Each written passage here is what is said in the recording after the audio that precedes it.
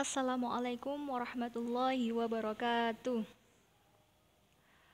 Bertemu lagi dengan saya Ibu Evita Agustina dalam pembelajaran pendidikan diniyah.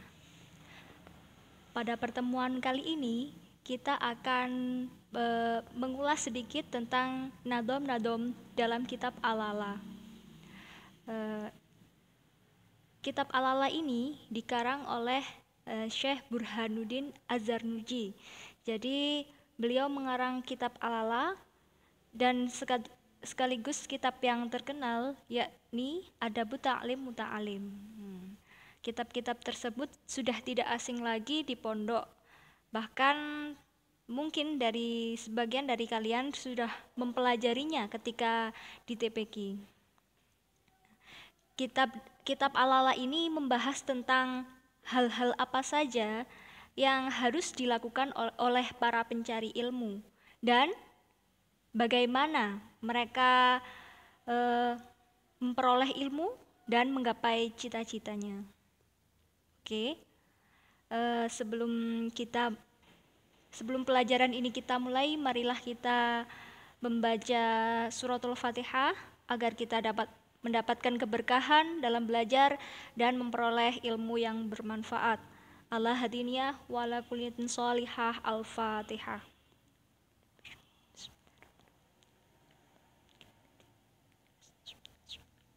Amin amin ya robbal alamin.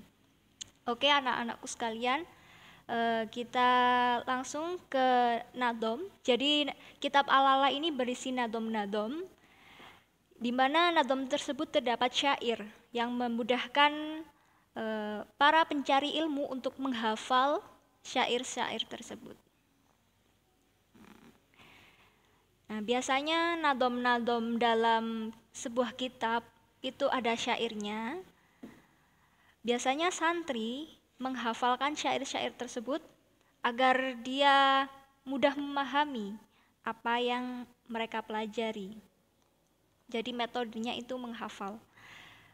Sebelum kita mempelajarinya, kita belajar dulu bagaimana sih syair nadom-nadomnya. Tirukan saya ya, saya kasih contoh terlebih dahulu. Bismillahirrahmanirrahim.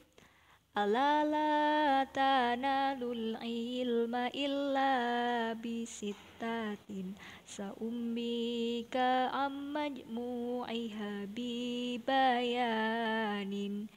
ilingo tak hasil ilmu angin nemperkoro bakal tak cerita ake kumpule kanti pertelo. Bahasa Jawa ini sangat melekat sekali dengan pesantren. Jadi setiap menerjemahkan sebuah bahasa Arab pasti menggunakan bahasa Jawa dan dituliskan dengan pekon. Nah, pada nadom pertama ini menjelaskan tentang syarat mencari ilmu. Jadi maksud dari nadom pertama ini adalah 6 syarat mencari ilmu. Jadi seorang pencari ilmu atau seorang murid tidak akan memperoleh ilmu kecuali dia menempuh 6 perkara ini. Nah, nanti akan dijelaskan secara terperinci. Oke, next. Kemudian nadom kedua. Dukain wa hirsin wa stibarin wa bulghatin wa irsyadi ustadin wa tuli zamani rupane limpat lupo sabar ono sangune lan piwulange guru lan sing suwe mangsane. Ada 6 syarat mencari ilmu. Saya sebutkan satu persatu. Yang pertama yaitu cerdas, yang kedua yaitu semangat, yang ketiga sabar, yang keempat biaya, yang kelima petunjuk guru, dan yang terakhir atau yang keenam adalah masa yang lama. Nah, cerdas ini sangat dibutuhkan oleh para pencari ilmu. Kenapa harus cerdas? Karena dengan kecerdasan atau dengan adanya pikiran, kalian dapat memahami apa yang dijelaskan oleh guru, yang pelajaran gurunya yang dijelaskan. Jadi kalian dapat memahami apa yang pelajaran-pelajaran yang dijelaskan oleh guru. Nah, kalian perlu cerdas mengolah hal apa saja, dalam hal apa saja, seperti cerdas mengolah waktu, mengatur waktu, cerdas mengatur keuangan, uang saku, cerdas dalam berteman. Nah, jadi pikiran atau kecerdasan itu dibutuhkan sekali oleh para pencari ilmu. Oke. Dan yang kedua yaitu semangat. Perlu sekali seorang pelajar itu bersemangat dalam mencari ilmu. Tidak mungkin memperoleh ilmu dengan hanya bermalas-malasan saja. Tidak mungkin memperoleh ilmu hanya dengan berleha-leha saja. Itu sangat mustahil. Karena dengan semangat, para pencari ilmu dapat dengan mudah memahami apa yang dipelajari guru. Dengan semangat mula, giroh atau semangatnya, mereka dapat mengerjakan lebih cepat tugas-tugas yang diberikan oleh guru. Semangat dalam belajar, semangat pergi ke sekolah, semangat lain-lainnya, banyak sekali ya. Jadi ya semangat itu penting ya. Oke. Yang ketiga yaitu sabar. Tidak mungkin ya, sabar. Tidak mungkin memperoleh ilmu secara cepat. Jadi perlu adanya proses, karena dengan proses kamu akan mempelajari hal-hal yang baru. Dengan proses yang agak lama, ya membutuhkan waktu, kamu akan dengan sabar itu dalam segala aspek juga, seperti sabar ketika dalam sekolahmu jauh, sabar ketika kamu merasa lapar ketika belajar, sabar menerima pembelajaran. Dan yang keempat yaitu biaya. Biaya sangat diperlukan. Kamu memerlukan biaya untuk membeli buku, untuk membeli seragam, untuk menunjang belajarmu, seperti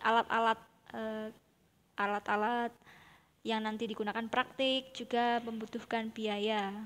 Nah, ini tidak lepas dari peran orang tuamu yang telah membiayai kamu sekolah. Ketika masih SMP mungkin tidak banyak biaya yang dikeluarkan, namun ketika kuliah atau ke kursus, nah itu akan membutuhkan biaya juga yang tidak sedikit. Kemudian petunjuk guru. Nah, belajar itu harus ada gurunya. Itu akan mempermudah kamu memahami pembelajaran. Gurumu akan membimbing kamu, akan mengarahkan kamu, akan menyemangati kamu juga. Jadi belajarlah dengan petunjuk guru. Kalau dulu di pondok atau ketika kamu belajar ilmu agama, kamu harus mencari guru yang bersanad ilmunya sambung dengan Rasulullah. Nah, dulu itu di pondok begitu. Jadi kamu tidak akan tersesat ketika kamu belajar ilmu agama dengan orang yang benar. Nah, kamu akan diberi petunjuk ke jalan yang benar. Kemudian masa yang lama. Nah, masa yang lama ini memang belajar itu tidak instan ya, butuh proses. Kamu bisa pikirkan berapa lama kamu belajar di sekolah saja. 6 tahun untuk MI atau sekolah dasar, kemudian SMP atau MTS 3 tahun, kemudian SMA atau aliyah 3 tahun. Berapa total tahun yang sudah kamu tempuh untuk belajar 12 tahun. Tidak sedikit. Jadi tahun demi tahun itu proses belajar kamu ya. Jadi tidak ujuk-ujuk mendapatkan ilmu, tapi perlu waktu yang lama. Nah, itu saja yang dapat saya sampaikan tentang syarat-syarat mencari ilmu. Semoga bisa bermanfaat. Kita berdoa terlebih dahulu supaya ilmu kita bermanfaat. Bismillahirrahmanirrahim. Rabbi fanfa'na bi barakatihim wahdinil husna bi hurmatihim wa amitna fi tariqatihim wa mu'afati minal fitani. Terima kasih, saya undur diri. Kurang lebihnya mohon maaf. Wassalamualaikum warahmatullahi wabarakatuh.